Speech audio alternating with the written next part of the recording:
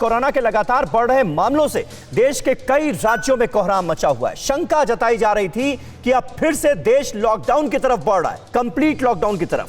लेकिन प्रधानमंत्री नरेंद्र मोदी ने साफ कर दिया है कि देश को लॉकडाउन की अभी जरूरत नहीं है। जिन जगहों पर मामले बेकाबू हो रहे हैं वहां कोरोना कर्फ्यू लगाए जाने की जरूरत है।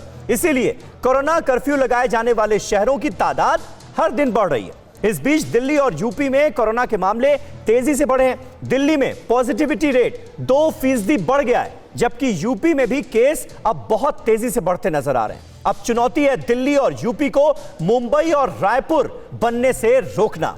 साथ ही मुंबई और रायपुर में हालात और ज्यादा बदतर होने से बचाना भी इस वक्त सरकारों की जिम्मेदारी है और इसमें जाहिर है आम लोगों का भी योगदान जरूरी है। हमारे साथ इन शहरों के ताजा हालात की जानकारी देने के लिए तमाम रिपोर्टर्स अब जुड़ने जा रहे हैं, साथ ही कुछ एक्सपर्ट्स भी हमारे साथ जुड़ेंगे। लेकिन शुरुआत कर रहे हैं बड़ी खबर के साथ, और वो बड़ी खबर है बढ़ते कोरोना संक्रमण से ही जुड़ी।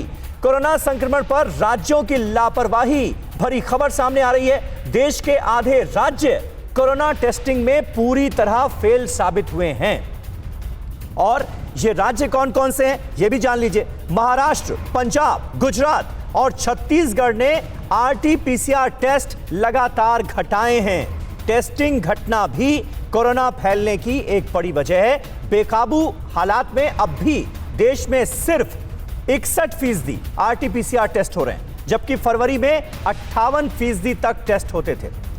प्रधानमंत्री नरेंद्र मोदी ने आरटी-पीसीआर टेस्ट 70% तक करने की अपील की है। तो प्रधानमंत्री नरेंद्र मोदी ने कल मुख्यमंत्रियों के साथ जो अहम बैठक की थी उसमें 3T फॉर्मूला भी दिया था, यानी ट्रेसिंग को, टेस्टिंग को और ट्रीटमेंट को बहुत अहम बताया था। साथ ही साथ यह भी कहा गया है कि आरटी-पीसीआर टेस्ट की संख्या में इजाफा किया जाए। कम से कम 70% आरटी-पीसीआर टेस्ट जरूर होने चाहिए। इस बात पर प्रधानमंत्री नरेंद्र मोदी ने भी जोर दिया था। और अब देखिए अलग अलग राज्यों से जिनकी तस्वीर हमने आपको दिखाई, वहां से यह खबर है कि आरटी-पीसीआर टेस्ट की रफ्तार कम हुई है, इसलिए यह चिंता की बात है। अब ये राज्य कौन कौन से हैं, फिसड्डी राज्य कौन कौन से हैं? आरटी-पीसीआर टेस्ट में फिसड्डी राज्य का हम जिक्र कर रहे हैं क्योंकि यहां पर आरटी-पीसीआर टेस्ट की वो दर नजर नहीं आ रही है जो कि होनी चाहिए। केरल का नाम सबसे ऊपर है, 45.7% यहां पर आरटी-पीसीआर टेस्ट हुए हैं। वहीं उत्तर प्रदेश में भी कम आरटी-पीसीआर टेस्ट हो रहे हैं, 45.5%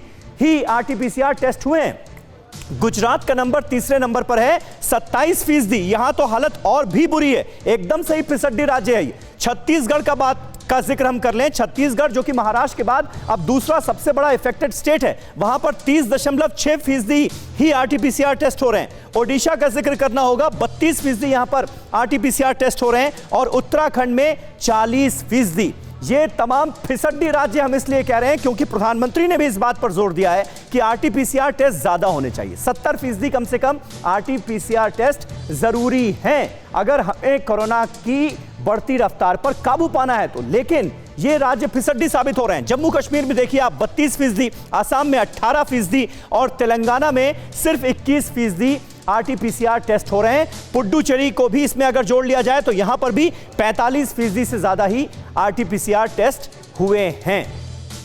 और दूसरी बड़ी बात, इस वक्त की जो अहम खबर है वो हम आपको बताएंगे वैक्सीन शॉर्टेज को लेकर। लेकिन ये देखिए 16 फरवरी को 58% और 23 फरवरी को 53%, 2 मार्च को 50%।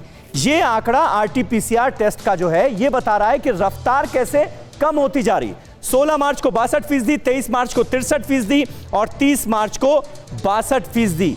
ये आरटी-पीसीआर टेस्ट का जो ओवरऑल एवरेज है 6 अप्रैल का 61%। ये ओवरऑल एवरेज हम आपको इसलिए दिखा रहे हैं क्योंकि ये भी जो है ये 70% से साफ तौर पर कम नजर आ रहा है।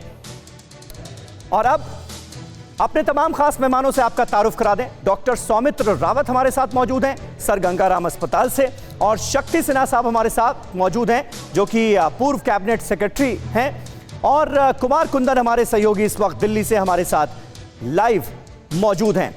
शक्ति सिन्हा साहब, सबसे पहले मैं आपसे जानना चाहूंगा ये आंकड़े कितने चिंताजनक हैं, क्योंकि कल की मीटिंग में भी हमने देखा था प्रधानमंत्री का जोर इस बात पर था कि आरटी-पीसीआर टेस्ट जो है वो बढ़ाए जाने चाहिए, कम से कम इनकी दर 70% के आसपास होनी चाहिए। लेकिन ये राज्य जो हैं ये काफी पिछड़ी साबित हो रहे हैं।